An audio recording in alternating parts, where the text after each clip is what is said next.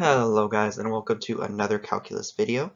In this video is going to be a little bit of a different style of video. I'm going to be trying to do what I'm calling live solving, which basically means this is the first time I'm seeing the problem, and I'm not going to edit anything out or cut anything out. You're going to see the problem from start to finish with all the mistakes, all the rabbit holes that I go down without any good solutions, everything like that. So I hope this video is going to be a lot of fun because I really think it's gonna be interesting. And yeah, so without any further ado, you can see on the thumbnail I haven't included any of the problems because I actually haven't seen them yet. So this is going to be a lot of fun, and yeah, hope you guys enjoy the video, and let's jump right into the problems. So I'm going to go ahead and pull up. I'm doing problems from the Cambridge Integration Bee, round 2, 2021. Problem number 1 is the integral from 0 to 1 of arctan squared of x dx.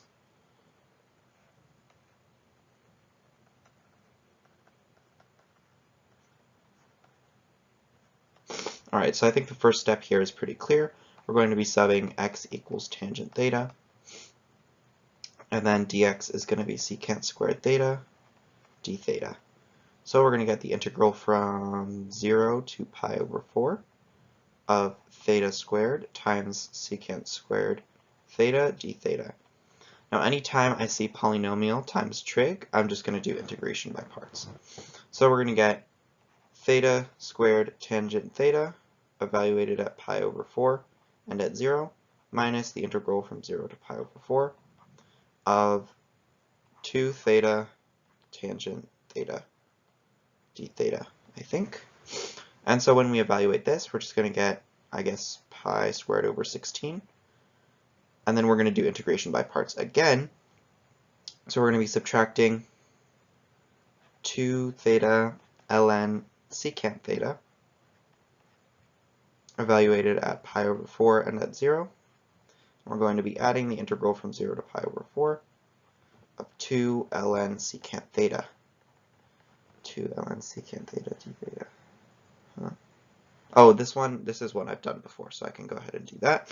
So if we copy this over here, we're going to get pi squared over 16 minus 2 times pi over 4, so that's going to just be pi over 2. Minus pi over 2, and then ln secant theta at theta equals pi over 4. So that's going to be ln square root 2, so that's going to be pi over 4, ln 2, ln 2, and at 0 it's just going to be 0 again. Okay, now let's to evaluate this one, I think the way we want to do it is we're going to let I equal integral from 0 to pi over 4 of ln sine of theta d theta. Let's let j equal the integral from 0 to pi over 4 of ln cosine theta d theta. And then negative 2j is equal to this, right? So let's go ahead and clear some space off. I'm going to make some space, and then we're going to calculate I plus j and I minus j, and I think that should work out pretty nicely because we're going to get sine of 2 theta and we're going to get tangent theta, and those are going to be really easy to be able to integrate. So I plus j is going to be the integral from 0 to pi over 4 of ln sine theta cosine theta, which is sine theta over 2, so, or sine 2 theta over 2, so I'm going to write sine 2 theta and then d theta minus pi over 4 ln 2, right? And then this one, when we substitute 2 theta equals u, we're going to have to end up dividing by 2, I think. So integral from 0 to pi over 2, 1/2 ln sine of u du minus pi over 4 ln 2. This is just negative pi over 2 ln 2, and then multiplied by 1/2, it's negative pi over 4 ln 2. So this ends up being negative pi over 2 ln 2. All right, so that's I plus j.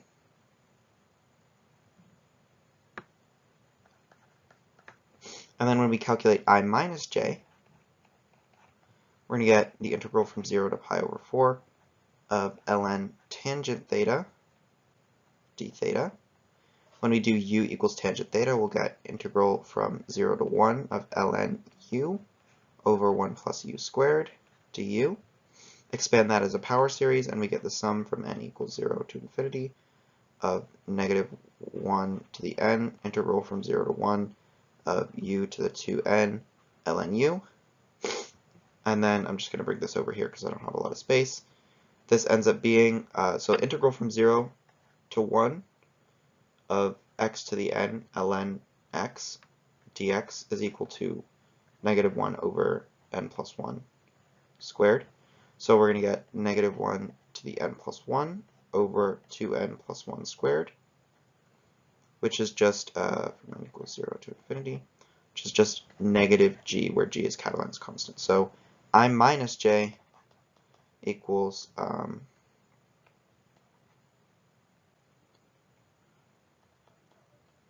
negative g. So to solve for j, we're going to do I plus j equals negative pi over 2 ln 2. I minus j equals negative g. So 2j, subtracting the two equations, is going to be g minus pi over 2 ln 2. And so that means that minus 2j is going to be just negative that. So we're going to end up with positive pi over 4 ln 2 minus, or actually, yeah, positive pi over 4 ln 2 minus g. So that should be our answer. I'm going to go ahead and check up on that real quick.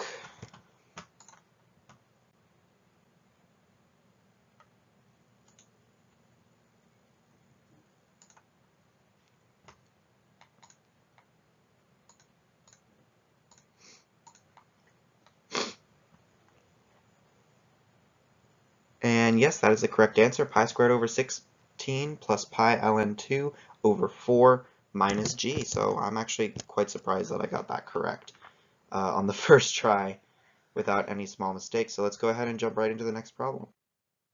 All right, so the next problem is going to be integral from 2 to infinity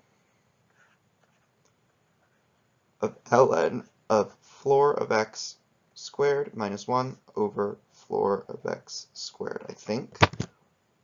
Yes, dx. So whenever I see floor, I'm just going to split this up into places where floor is easily defined. So if x is between n and n plus 1, floor of x is just equal to n. So that's going to make things easier for us. So we're just going to split this up into the sum from 2 to infinity. I guess I'll do n here.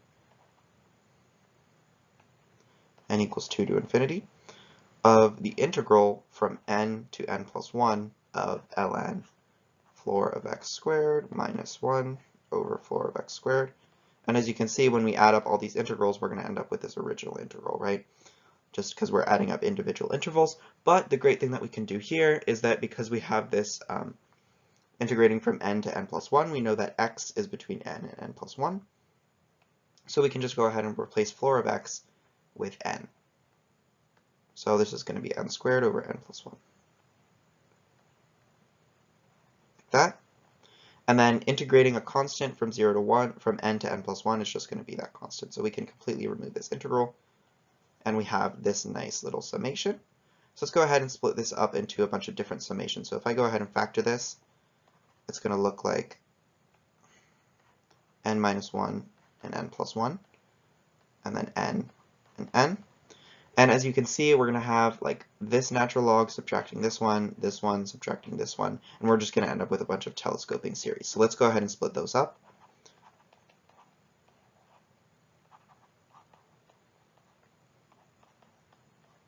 So this is going to be one of our series, and then I'm going to make a separate series.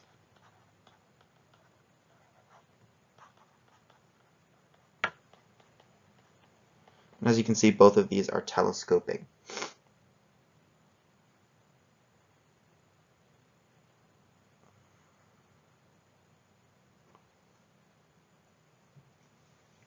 Oh wait, let me think about this.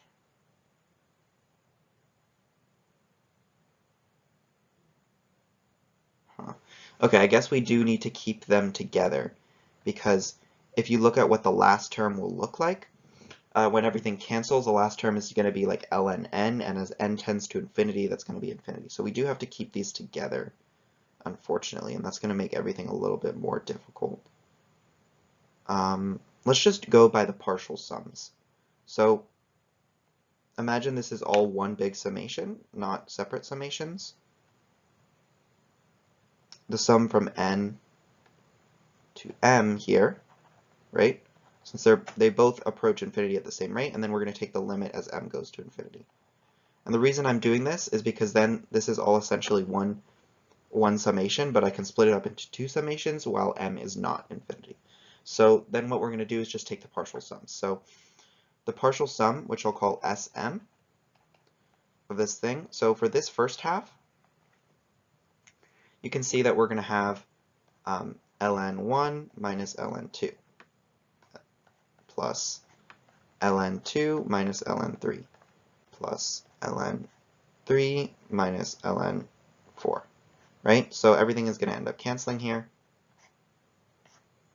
This is also just 0. So overall, our partial sum is just going to be minus ln n plus 1.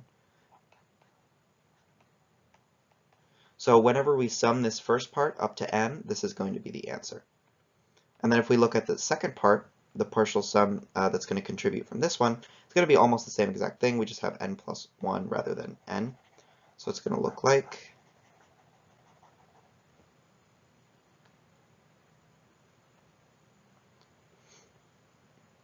we're going to have ln3 minus ln2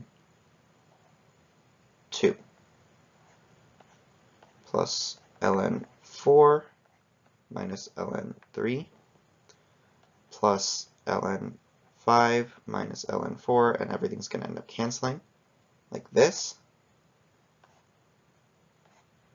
So we're going to have this negative ln2, which is never going to get canceled, and then this ln5 sticking out. So minus ln2 plus ln m plus 1. And as you can see, these perfectly will end up canceling. And so no matter what Sm is, we're always going to end up having the same sum, I think.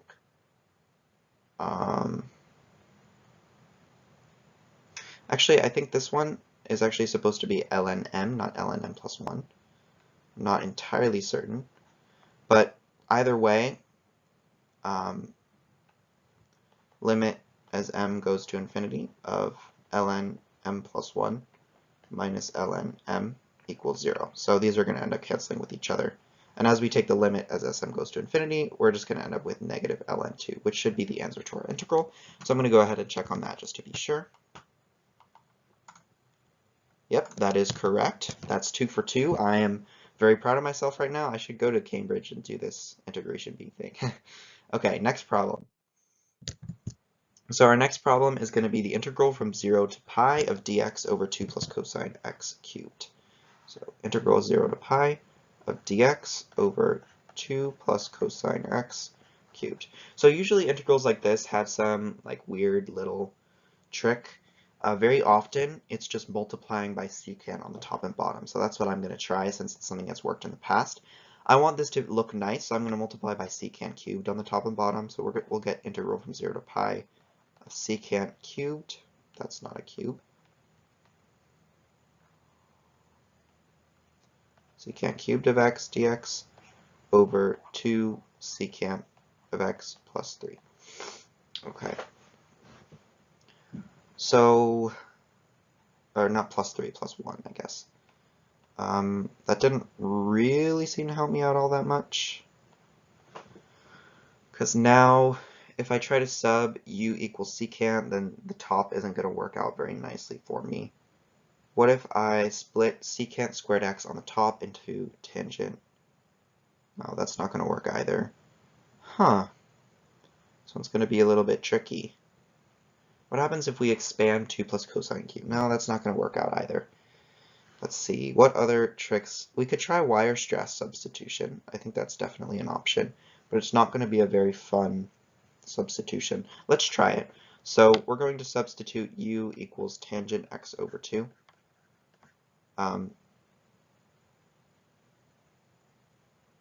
That means that 2 inverse tangent of u equals x, or dx equals 2 over 1 plus u squared du. Oh, this might not work out really nicely because now we'll end up integrating from 0 to infinity.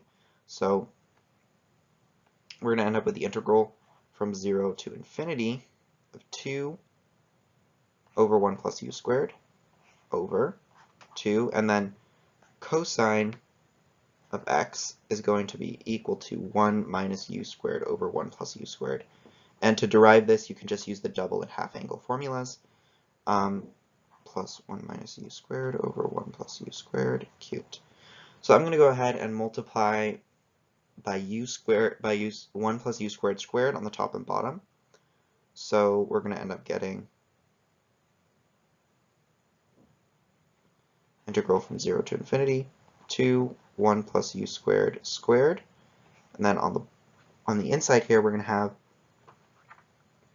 we're multiplying by 1 plus u squared cubed, and so inside the power, this because of this cubed, it's just going to be 1 plus u squared. So we're going to have 1 plus u squared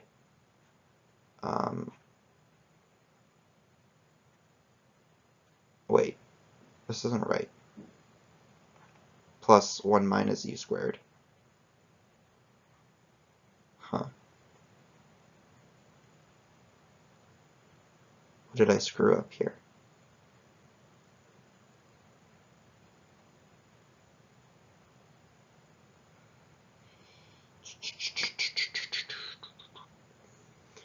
So I'm getting something that appears to be like infinitely large, which does not make any sense.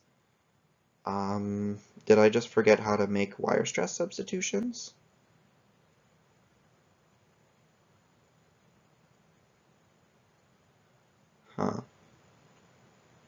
Let's think. Oh, this should be a 2. Should be a 2. Okay, yeah, that makes everything work out a little bit easier. And we're still going to have a du. So we're going to end up with integral from 0 to infinity of 2 times 1 plus u squared squared. Okay, so let's look. We're going to have a 3 right here because we have 2 times 1 plus 1. And then we're going to have just plus u squared. Oh, this is going to be a 3, I said. So 3 plus u squared, and then all of that cubed. All of that cubed. Okay. Du. All right, now we just have to split this up into multiple things that we can easily solve. So I want to make this u squared plus 1 on the bottom because that's going to make it easy to use the beta function. So let's go ahead and sub u equals square root 3 times t. So we're going to get integral from 0 to infinity 2 square root 3 times 1 plus 3 t squared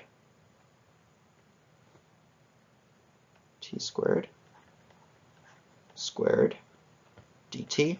This square root 3 came from the dt. And then we're going to have 27 1 plus t squared cubed. Okay, let's go ahead and clear out all this other work that we have here.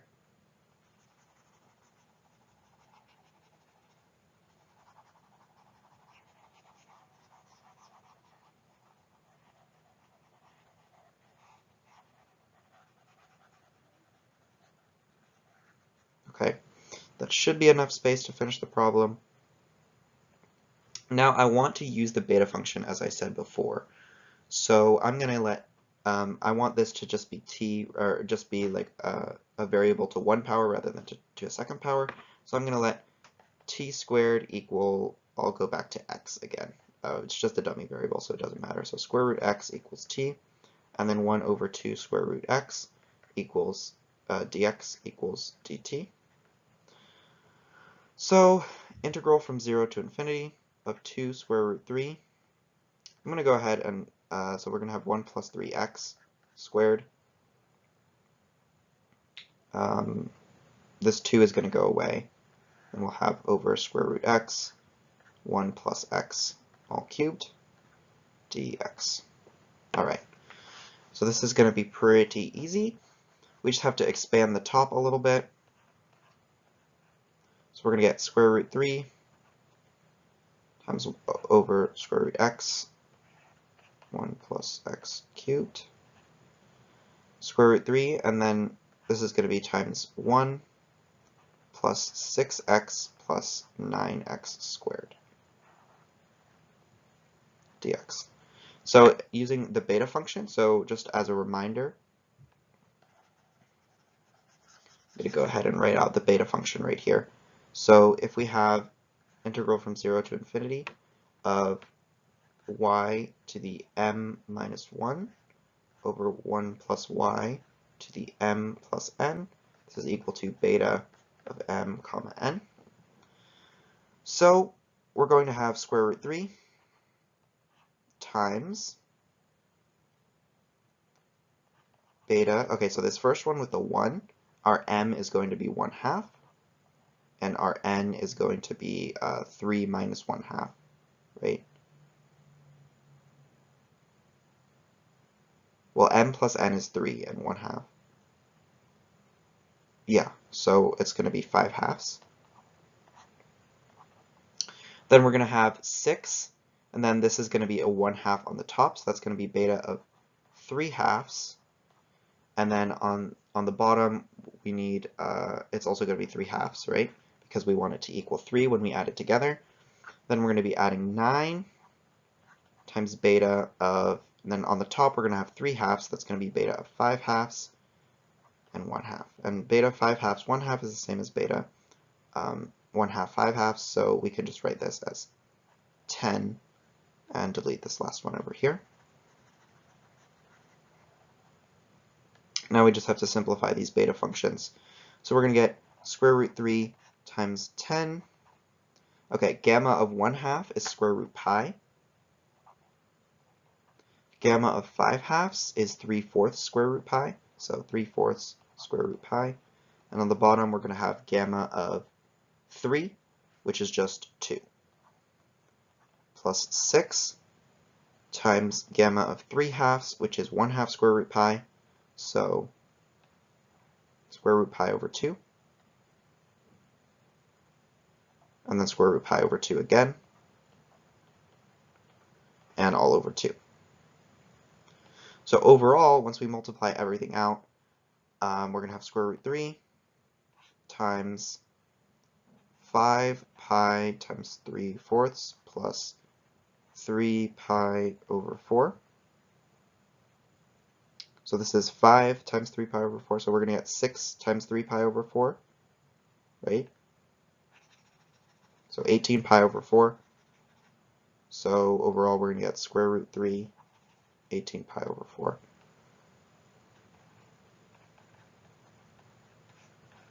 And I'm not really sure if that's the correct answer because I made a lot of shortcuts there, but let's go ahead and check if that's the correct answer. So going to the answer sheet. Yeah, that is not the correct. Oh, wait. Maybe I just have it in a different form here. So if we go ahead and cancel stuff here, cancel this 4 with this 18, we're going to get 2 on the bottom and 9. Huh. Did I maybe forget to divide by something? Because the answer it has is pi over 2 square root 3. So I just have it multiplied by an extra 27. Oh, I forgot this 27 on the bottom. So yeah, so we divide by 27 and we get pi over 2 square root 3. So sorry about those small mistakes, guys. I tend to leave out stuff like that, and in my videos when I usually make them, I go through the problem 2 or 3 times to iron out all those mistakes, but since I'm doing it first time, I do have those mistakes. So this is the correct answer. I'm surprised I was that close. Let's go ahead on to the next problem. Alright, so the next problem is integral from 0 to pi of ln sine x times cosine cubed of x.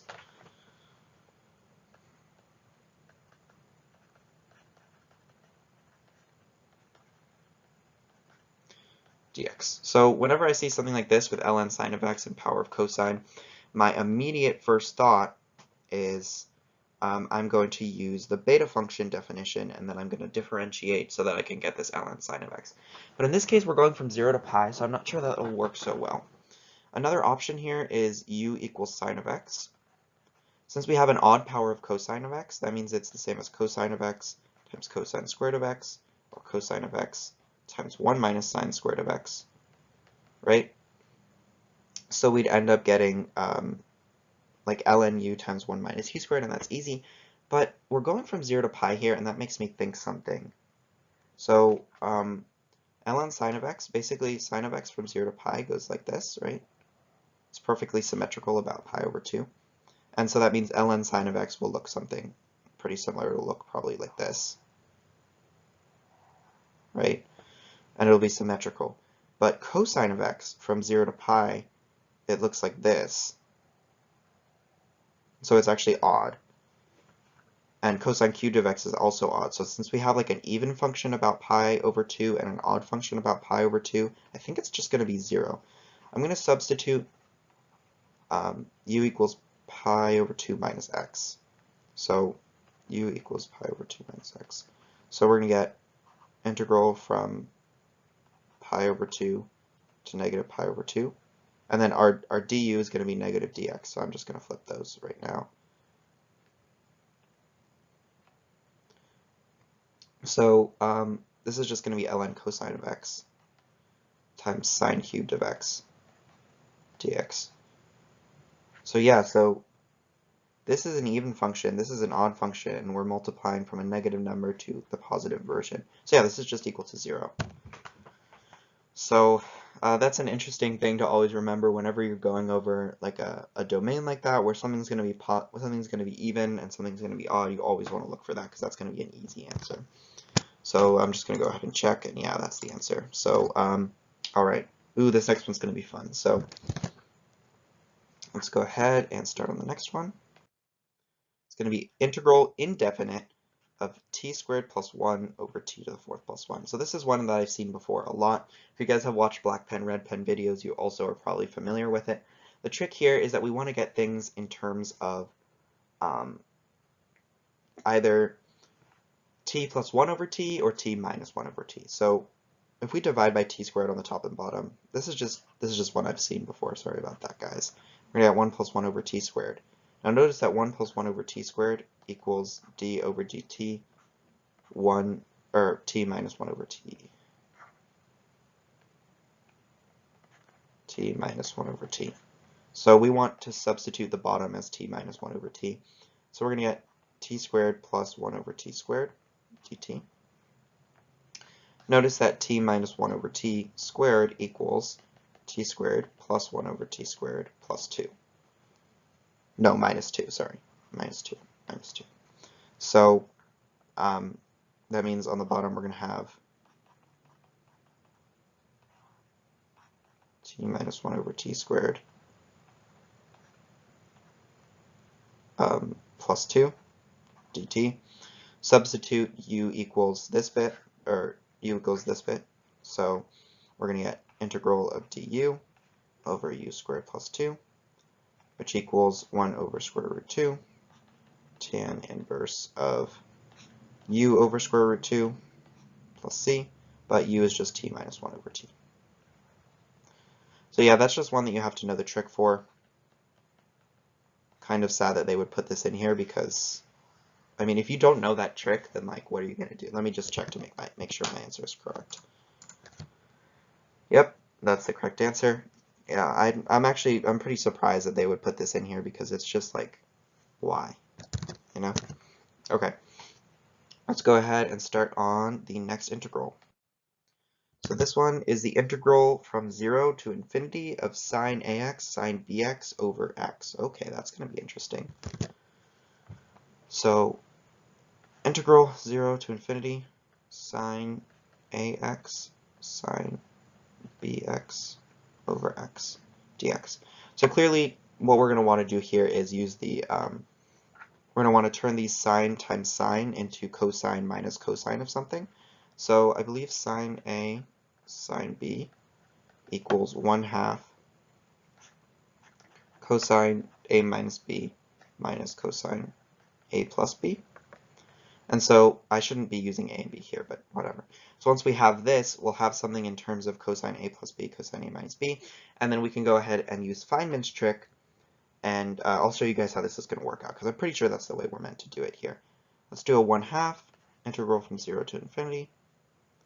We're going to get cosine a minus b times x, and this is known as Frullani's integral, minus cosine a plus b times x over x dx.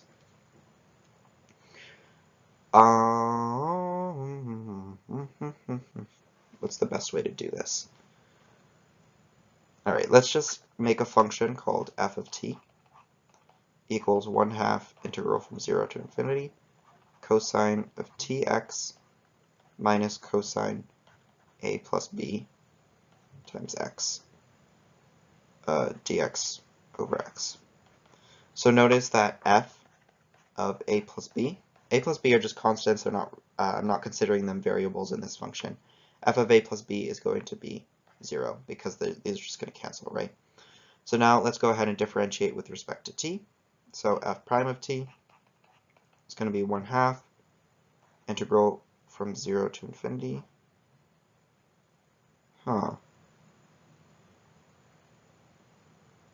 That was not the correct way to do that.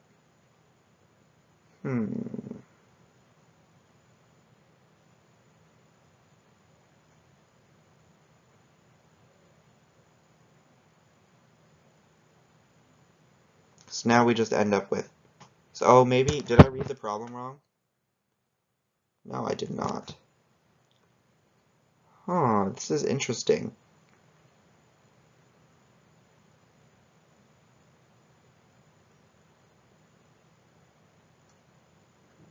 So now we just end up with the integral from 0 to infinity of sine of tx, which is not cool.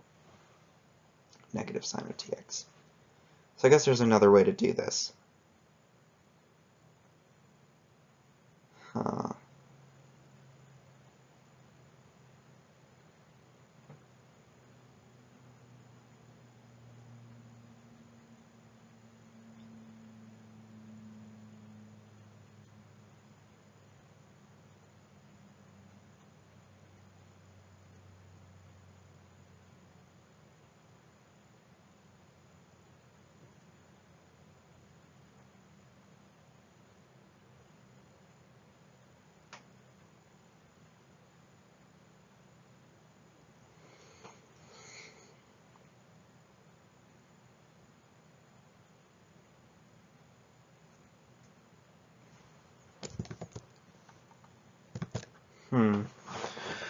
Okay, so I'm trying to remember what you do for Frullani's integral. I think it's the same thing though, so I don't think it's going to work out very nicely for us.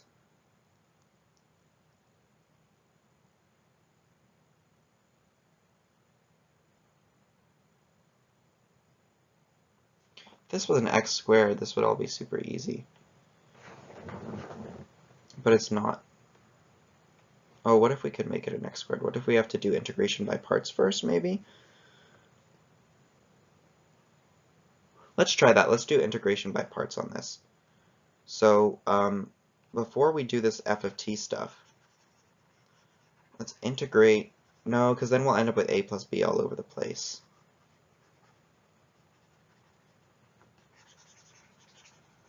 I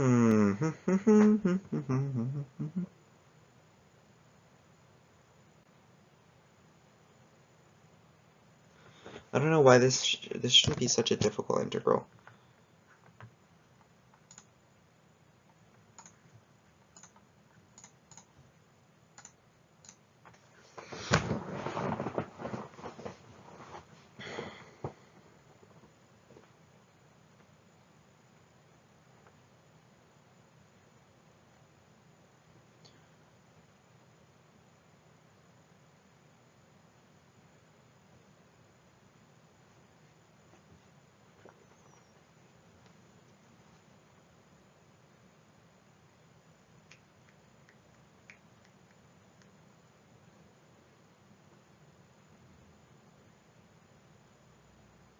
Okay, I know what we'll do. We'll do the Laplace transform instead. So let's take the Laplace transform of this. So Laplace transform, let's call this f of x, right? So Laplace transform of f of x is going to be s over s squared plus a minus b squared minus s over s squared plus a plus b squared. Then the Laplace transform of f of x over x equals integral from 0 to infinity, or I guess from s to infinity, of f of s, of f of u du, right? And we want the Laplace transform evaluated at s equals 0. So we're going to get the integral from 0 to infinity of s over s squared plus a minus b squared minus s over s squared plus a plus b squared. All right, this should work. So integrated, this is all ds, right? Let me just check on my Laplace transform real quick, because I'm not entirely certain.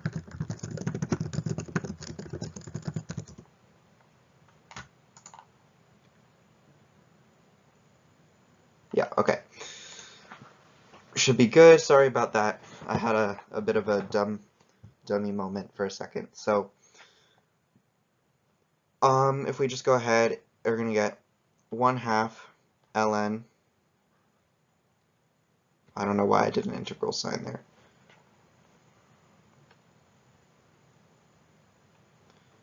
Ln s squared plus a minus b squared over s squared plus a plus b squared. This is just integrating, evaluated at infinity and at 0. So at infinity, the a plus b and a minus b is going to be negligible, so it's because s is just going to be so large. So the s's are going to cancel, and it's going to be ln1, which is 0. So we don't need to worry about that.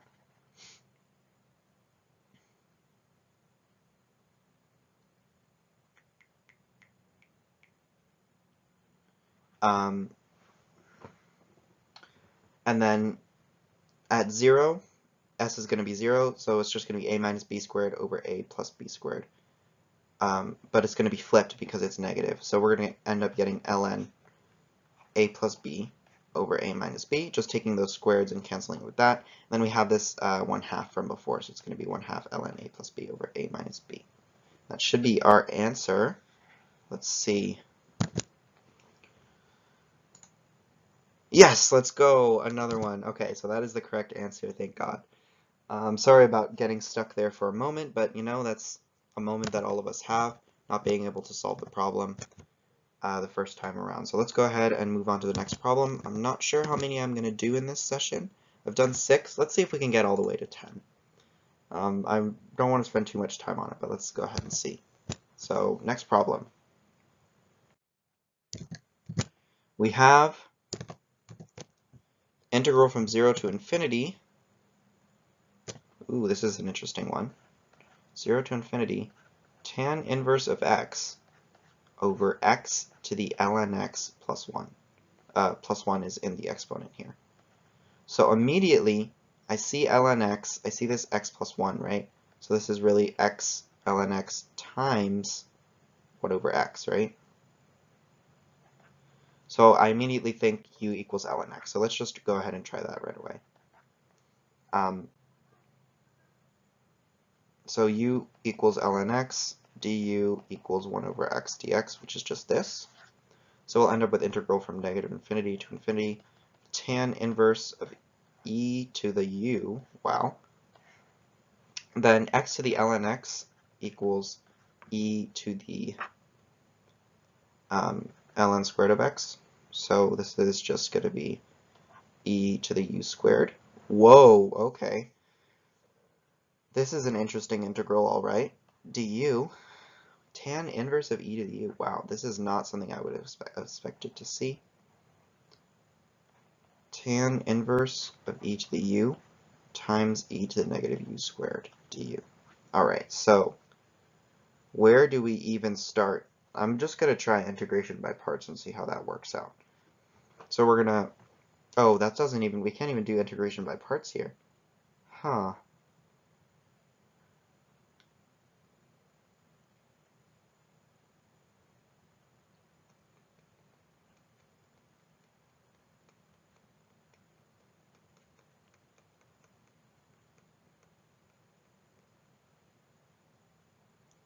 What's this tan inverse doing here? This is really making me a little bit confused. Okay.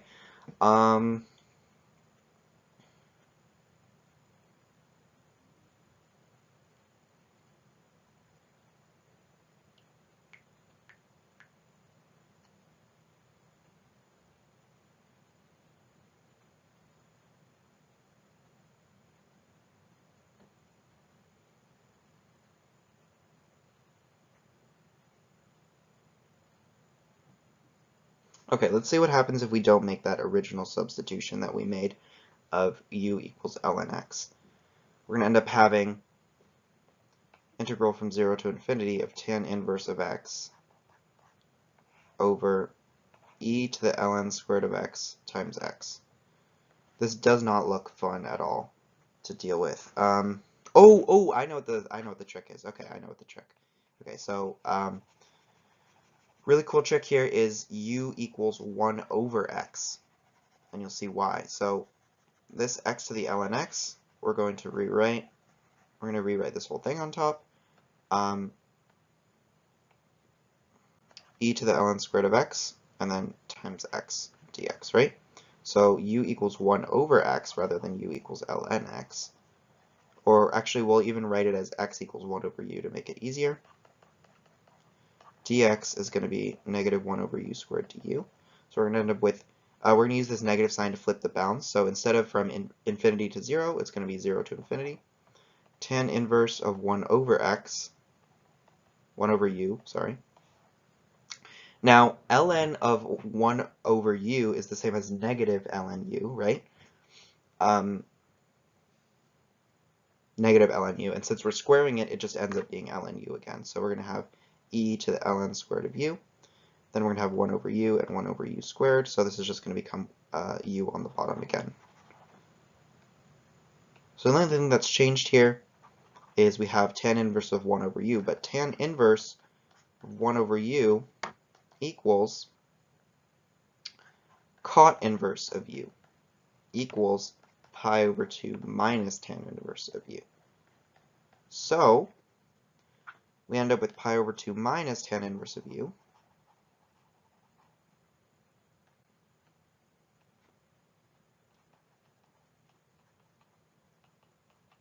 Let's let this equal I. And you can see that we're just sort of subtracting I right here. So if we add these two versions of I together, we're going to get that 2I equals, this is going to cancel with this.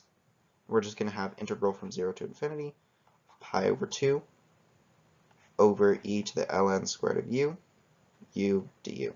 Now we can do our substitution. Ln u equals v.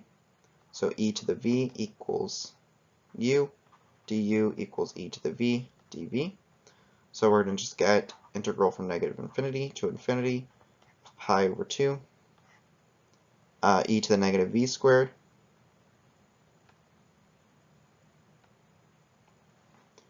so negative v squared dv, or pi over 2 times the famous Gaussian integral times square root pi. So we're going to get pi to the 3/2 over 2.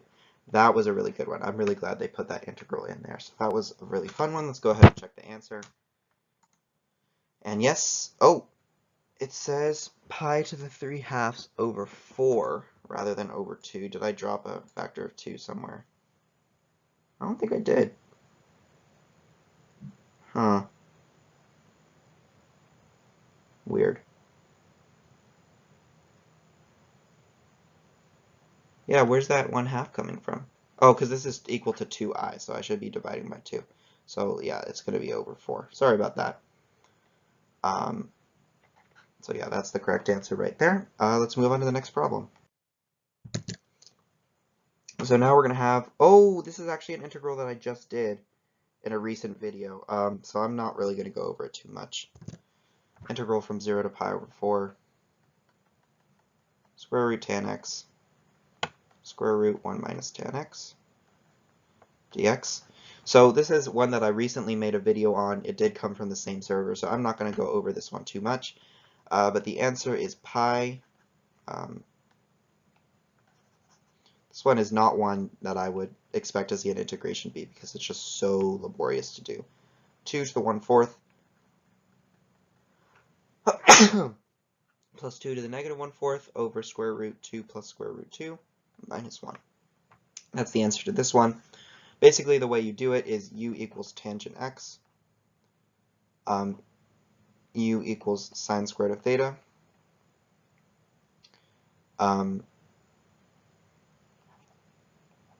tangent theta equals v, and then you do a bunch of substitutions like v equals 1 over alpha, and then you reorganize everything and you use the formula integral from 0 to infinity of 1 over x to the 4th plus ax squared plus b dx equals pi times b to the negative 3 over 4 over 2 square root 2 plus a over square root b.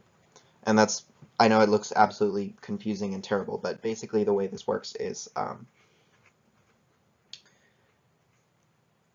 the reason this works is because using Glasser's master theorem you can show this, or you could just integrate it directly. And so this is a pretty laborious integral. I'm not going to do it right here, but you can go ahead and watch my recent video, which should have come out by now, on this exact integral. Pretty cool. All right, let's go on to the next one. This is number 9 out of 10. All right. Oh, this one isn't too hard. Okay, so we have integral from 0 to pi of x sine x over 3 plus cosine squared x dx. So this is also one that I've seen before in the past, and whenever you see integrating from 0 to pi and an x on the top with a bunch of trig, first thing you're going to do is u equals pi minus x. And the reason is because when you do u equals pi minus x, you're going to end up with just the integral from 0 to pi again. And this is going to be pi minus u. And then sine of pi minus u is the same as just sine of u. And then we're going to have 3 plus, now cosine of pi minus u is actually negative cosine of x, but since it's squared, it just ends up being the same. So cosine squared of u du. All right. And then, as you can see, if this is I, this is I. If we add I together, the two different versions, you can see that we have this x sine of x and we have this u sine of u, and they're going to cancel with each other. So 2I is just the integral from 0 to pi of pi sine u over 3 plus cosine squared of u du. U equals cosine, or not u, v equals cosine u, dv equals negative sine u du. So we're going to end up with 2I equals integral from 1 to negative 1 of negative pi over 3 plus u v squared, sorry, dv equals integral from negative 1 to 1 of pi over 3 plus v squared dv equals 1 over square root 3 times pi tan inverse of v over square root 3 evaluated at 1 and negative 1 equals pi over square root 3 times pi over 6 minus negative pi over 6 equals pi squared over 3 square root 3. That should be the answer. That's equal to 2I, so really our answer is pi squared over 6 square root 3. Let's go ahead and check that. Yep, that's the correct answer. So that's problem 9 out of 10. Hopefully problem 10 is a little bit more difficult because they kind of dropped off after that square root tangent one. So let's go ahead and do our last problem for the Cambridge Integration Bee Round 2 2021. So far I'm 9 for 9 with only some small mistakes. I think I'd solved like about 5 of them with no mistakes. That's pretty good. Let's go ahead and move on to the last one and see if we can go 10 for 10.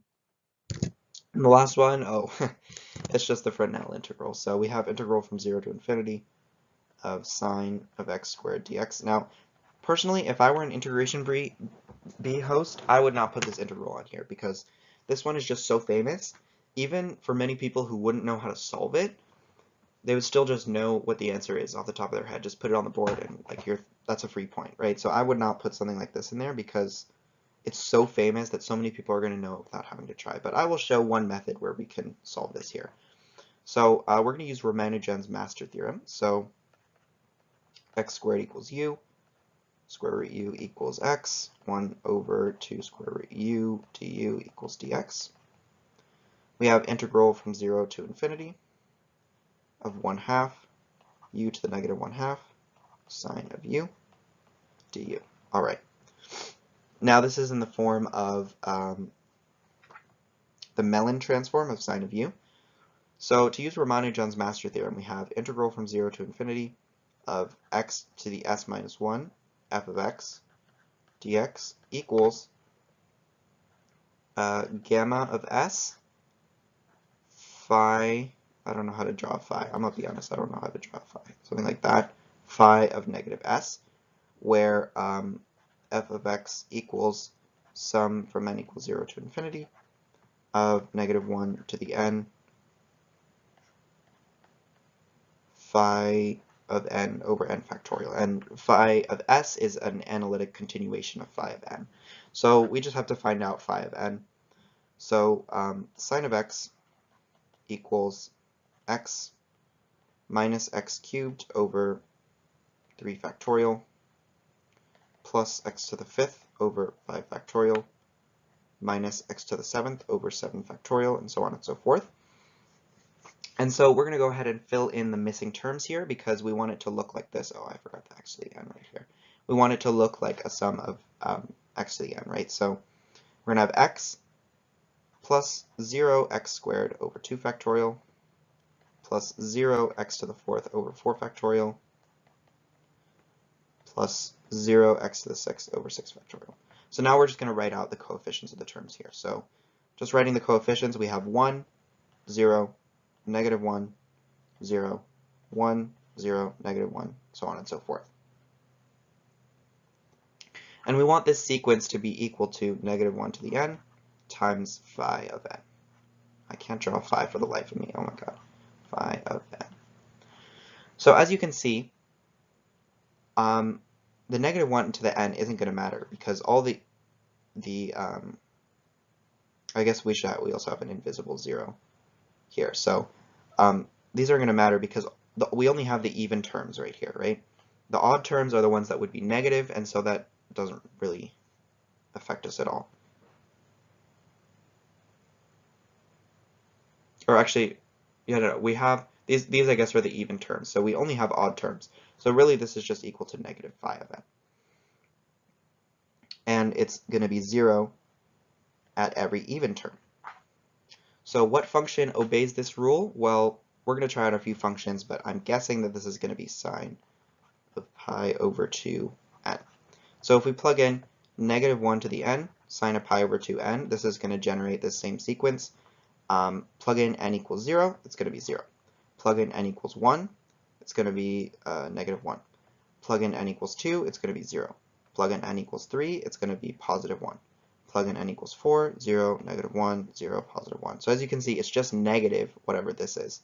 So we can write this as, so really our phi of n is negative sine of pi over 2n, or sine of pi over 2, negative pi over 2n, right? So plugging this into our formula right here, let's clear some space. If you want more information and a much better explanation on how to use Ramanujan's master theorem, I'm so sorry about butchering his name, everyone. I have a whole video on it where I go through this example as well as many other examples, so feel free to go ahead and check that out. So our answer is going to be 1/2 gamma, so our s in this case is equals 1/2, so gamma of 1/2 times phi, which is sine of times phi of negative s. So this negative sign is going to cancel. We're just going to have sine of pi over 4. So this is a reminder that gamma of 1/2 is square root pi, so we have square root pi over 2 square root 2. And this is our answer. Sometimes this is written as square root pi over 8, like that. And I'm quite certain that that's the answer on the answer key as well. Yeah. So yeah, that's pretty much it. Yeah, I hope you guys enjoyed this video. I'm surprised that I was able to keep it under an hour and solve all 10 of these amazing integrals. Again, huge thanks to everyone in the Cambridge Integration Bee, because I basically just stole your integrals and used them for content. But, you know, I think my solutions were pretty nice, and I think you guys will enjoy this video. If you got all the way to the end and watched through the different integrals, wow, that's absolutely very dedicated of you. Thank you so much for watching. I hope to see you again in the future. Yeah, so this is going to be completely unedited, I think. So yeah, hope you guys enjoyed the video, and if you like this type of video, please let me know, because I can absolutely do more of this type of thing. But if you dislike it, then please let me know as well, and I'll go back to normal content. So thanks for watching, and I'll see you next time.